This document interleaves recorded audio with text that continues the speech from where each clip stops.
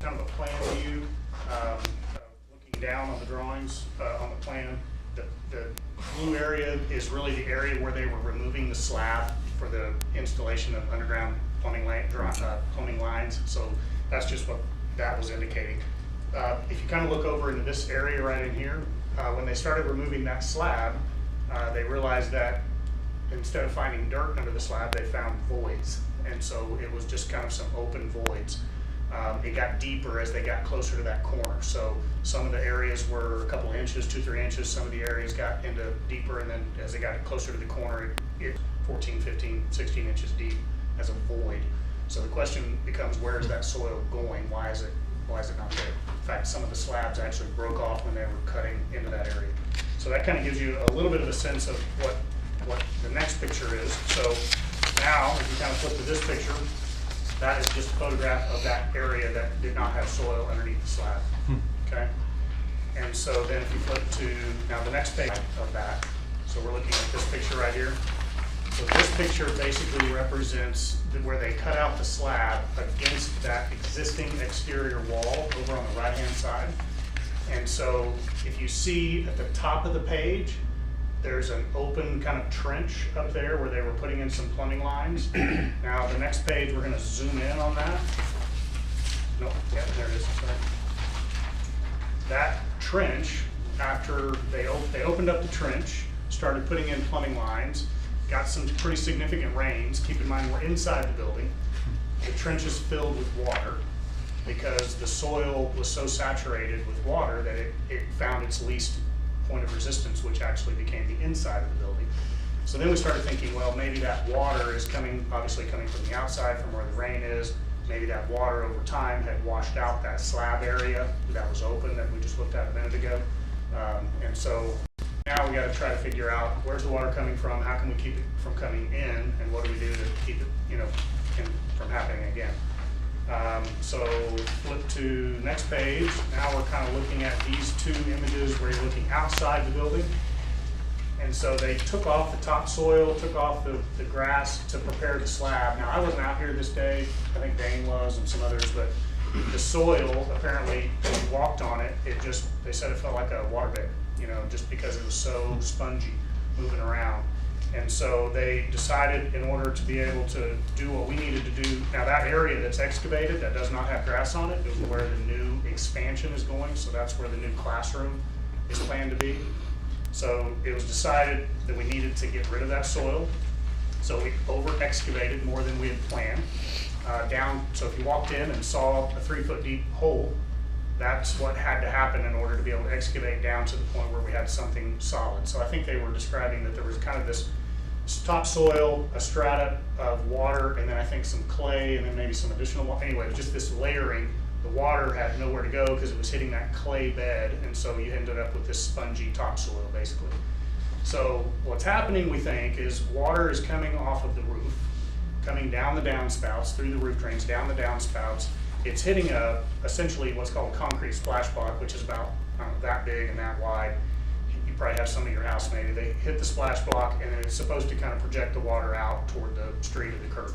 In this case, it's hitting the grass, and in this case, the grass doesn't slope enough away from the building, and then we think it actually tips back toward the building, so it's actually retaining water and holding water toward the building.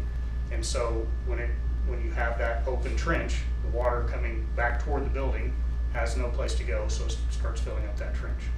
So they've over-excavated, they've drilled some kind of holes to allow for kind of monitoring of the water further down to the south. In the meantime, they have got, if you notice, there's some fairly large 6 or 8 inch kind of corrugated pipe that's connected to the downspouts out there.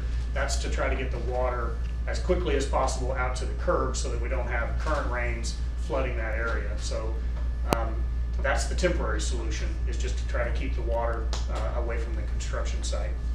So that's kind of what happened and why we are now trying to come up with a solution. So now the second packet basically has got some drawings and red lines and some red dots. Okay. The red lines just indicate where the original outside wall of the building was before. If you go out there now, there's just a big opening in the wall where they've torn out that wall.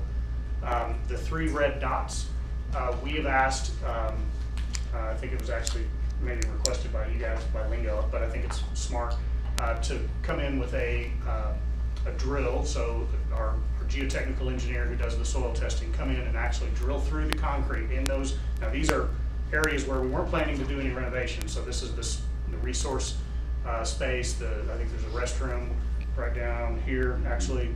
And so the intent is to drill through those areas with some holes that we can go through the concrete so we can see what's under the concrete, so we can determine, is it more void or is it traditional, soil and sand and what you would expect to see under a slab. So those are kind of test pilot holes basically to kind of understand if that water problem has also migrated to the north side of the grade beam that's down there. Is that fair understanding? Okay. So that's part of what we're trying to do to understand what's there. The next page of this is actually part of the solution. So now this scale gets really reduced. This little box, hopefully, I'm sorry, I'm pointing at a piece of paper here, but that is the expansion. So that's the classroom expansion.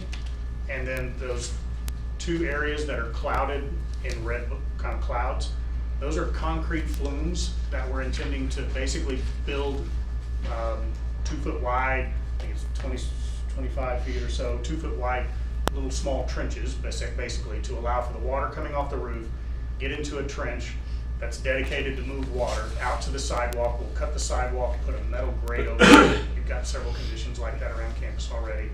That'll get the water off the roof and out to the parking area as fast as possible, and it won't even get to the grass. The only water, hopefully, that gets on the grass is just going to be water that falls from the sky, which can be significant. And so you'll still have the same soil, the same grass that has a little bit of back slope to it, but it's not the volume of water that's coming off the roof itself. So that's actually part of the solution, and was not included in the original scope of the project. There was one small concrete flume up near the addition that's not clouded. You can kind of see a smaller line, a couple of lines going across. That was actually already intended and drawn as a part of the solution to get water off the new expansion. And so that's included. These two new longer ones were not included, and we think we're just trying to help solve a problem that has existed for some time. The other part of the solution, or at least an idea, was if we're dealing with backsloping ground that's going to saturate that area, one possible solution is to install French drain that goes around the perimeter of the building. That would then, now if you think about it, that French drain pipe is about 3 feet below where the grass is now. We're not even anywhere close. We can't drain that off just with flow, gravity flow, because we just don't have any place to put it that deep, because Bethany's storm sewer system is not deep enough for that. We don't have any slope off of this area. So in order to get that water out of that French drain, you've got to do a pump, sump pump. And so it'd be on like a float switch that as soon as it gets water, the switch floats and it turns the pump on and pumps the water out. So that would at least allow for the French drain system to evacuate water that would come in, again, just the water that falls from the sky, hits that ground. If it does back up toward the building foundation, then it would have at least a way to get out of that area. So that was another solution that we talked about. Is that both of these together? Both, yeah. So that's next. All right. Okay. All right. So now, if you look at the next kind of packet, these are the dollar values that Lingo has put to this. So this is basically this document here. So the first one. So we're on a little assistance here. So PCO 3. Okay. So this is basically bringing in, so we had to remove 3 feet of bad soil. Now we've got to bring in 3 more feet of good soil to allow for the building to be sitting on good soil. So that select fill to get the building pad back up to its elevation where it needs to be is an add that was unforeseen at $9,500. So that's a decision that needs to be made, although I think it's kind of a no-brainer. We've got to do that. And then the slab replacement and infill. So that is the second page of that packet. That's $1,800. And that is to infill the area that I showed you the pictures of that has the voids under the concrete. We've got to fill that area in. And that's assuming we don't have any problems with eroded soil on the resource side, the teacher resource side. So we're assuming that we don't have any problems on that side with this number. Is that right? $1,800 to take care of that? Okay, the next two, 5 and 6. 5 is the French drain at 14.8, sorry. And number 6 is the 2 concrete flumes at about 8,600.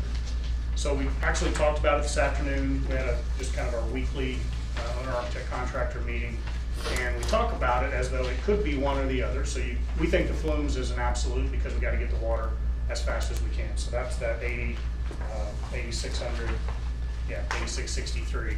To me, that we've got to be able to do that to get the water away from the foundation.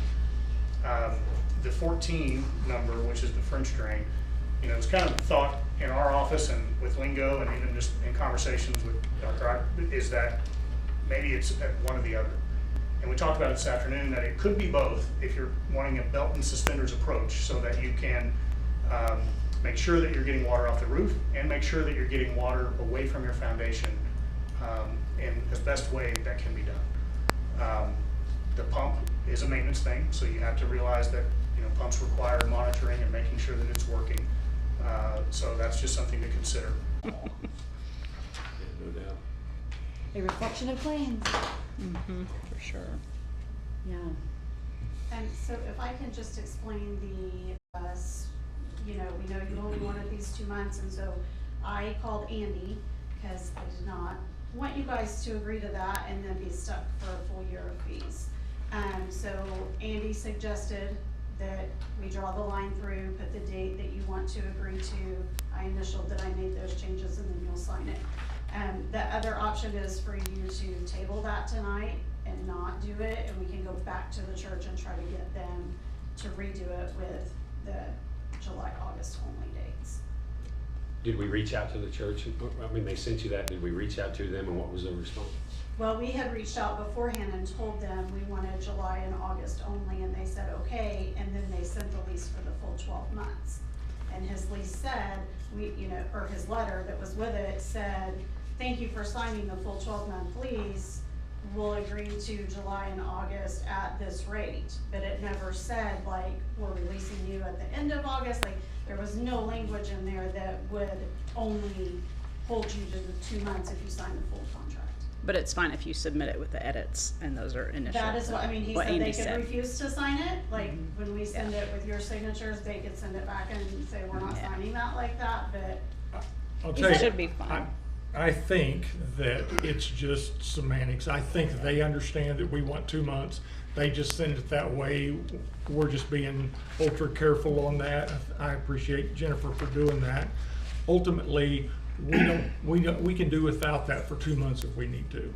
I would rather not sign it than do it for 2 months. Right now, we've still got all of our stuff in there. Jim's gonna be over there for a couple months. She's finishing up the last 2 months of that deal. But if we needed to move her into our building to save, I wouldn't go into a full year. I think that the church is gonna go, oh yeah, that's fine. Yeah. That's exactly what we meant. Yeah. But if they don't, we don't need it. We don't have to have it. It's a luxury. Thanks. On the section 125, is that the same as it has been? Is there anything different from last Nothing year? that I know of. It's a little lengthier than normal. I mean, none of the plans have changed necessarily. I think there's just a lot more jargon in the contract, I would say. They're boilerplate, Mhm. F-120, section 125, but most of it's because Department of Labor and IRS Yeah. regs Okay. and you have to adopt it every year, so. All right. Maybe a quick reminder, what's no red ink? Our ELA teachers use that as their grammar and writing piece, Okay. so it's more individualized and they can give certain assignments and make comments on their work and send it back to them, and the kids can do their edits through that, and then it keeps a portfolio that travels with them, 8th grade all the way through high school, so that they can compare their writings, and then it just kind of prepares them for the writing assessment too. Good, thank you. The high school uses that as well, Ken. That's a piece that we've been using. Our teachers have been really pleased and feel like that's impacted some ACT prep, as well in terms of writing and things like that. But it's mainly just for ELO. ELA. No, ELA. ELA. Yeah, yeah. Thank you. Your view, we're gonna play on TV, huh, this year, right? Yes, I don't know the exact details about that, but John kind of entered, I think some other schools are doing that, so. Yeah, it's fine. November Yeah. 3rd. Yeah. Newcastle. Motion to approve item 6? Second? Roll call vote. Jaggers. Yes. Palmer. Yes. Miller. Yes. Volstagg. Yes. Pettit. Yes. Item 7, discussion and possible action, approve or not approve giving superintendent and/or chief financial officer the authority to discard, sell, unusable equipment items for fiscal year 24. Move approval of item 7. Require, so they will still have that autonomy Okay. to be able to And do that was Didn't know their if that was request, being right? Right. That wrapped was what- into this, or if that was, Yeah. Yeah, we kept They it. will still have the autonomy, they'll do their own, you Okay. know, so it wouldn't be, you know, infringed upon that way. But those are some traditions that, you know. are there. It's just the sports, it was like volleyball. oh, no. Yeah, you know, Yeah, I don't have to some tell were you. Soccer. left out. Yeah. Soccer. Yeah, soccer we had Well, then they did their own last 2 thing, years. and Yeah. then, yeah, softball wasn't represented, cross country wasn't represented, swimming, I mean, there were Yeah. just a lot, so. That's good. We're I starting think a new it's a great tradition. idea. It's a good thing. It's a good Yes, thing. it is. Change is hard Yeah. sometimes. Yes. Motion to approve item number 9? Second? Roll call vote. Jaggers. Yes. Palmer. Yes. Miller. Yes. Volstagg. Yes. Pettit. Yes. Item 10, discussion possible action to approve or not approve the appointment of the following as administrative representatives at special education conferences for 23-24 school year. Elizabeth Walters, Ashley Tenerius, Erica Butler, and Kaylee Bernhard, Samantha Williams, and April Arthur. Move approval of item 10. Second? Roll call vote. Jaggers. Yes. Palmer. Yes. Miller. Yes. Volstagg. Yes. Pettit. Yes. Item 11, discussion possible action to approve or not approve the addition of a certified assistant choir director position. So, Steve Ann has approached me several times over the years about having some more help. Everybody in the room knows Steve Ann and knows that she, by herself, does the work of 3 people easily. And then she brings her husband in to build all of the sets and stuff for, what I'm saying is we had a good deal with her, and I would like to keep her happy. She would like to have a certified person to work with her, and our choir is growing. That all of our, I mean, we've got so much participation in everything, but what she has done, if you came to the spring concert that she put on, this place was packed, right? And it is every single year, and she goes 3 hours worth, that does the middle school and the high school. It is absolutely time. We've got the money to do it, and that's my recommendation. Move approval item 11. Second? Roll call vote. Jaggers. Yes. Palmer. Yes. Miller. Yes. Volstagg. Yes. Pettit. Yes. Item 12, discussion and possible action to approve or not approve the following out-of-town, out-of-state overnight trips as submitted.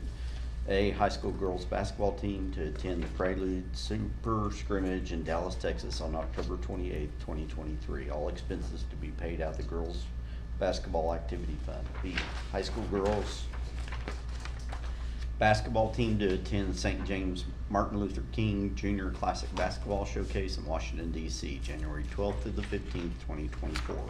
C, speech and drama to attend Texas Thespian Festival November 15th through the 18th, 2023. So I'll remind you guys about, I had Eric come and present to you about, he had somebody contact him, who's gonna give him airfare for like $5,000 worth of airfare for the kids to come and go. That'll cover most of them, depending on when we get those tickets. They're gonna cover 8 hotel rooms, which will be enough to cover all the kids and the coaches. They're giving them a certain amount of food, like a certain amount of meals, but there will be some other issues, some other things that cost. And what I think this is really an amazing opportunity for some state champion kids. And what I said to Eric was this: you go out and fundraise, but we will cover, the district will cover whatever you don't fundraise.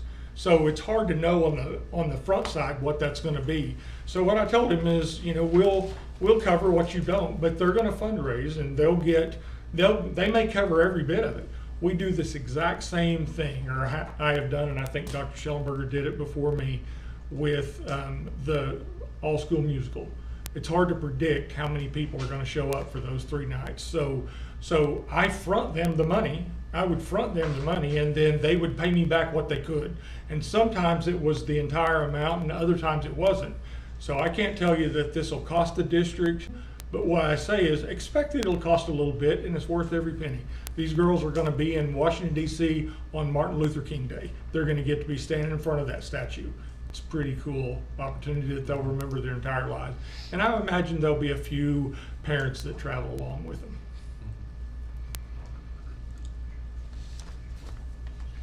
Motion to approve item 12? Second. Roll call vote.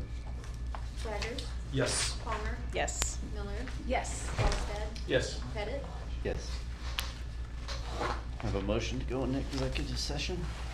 So moved. Second. Roll call vote. Jaggers. Yes. Palmer. Yes. Miller. Yes. Olmsted. Yes. Pettit. Yes.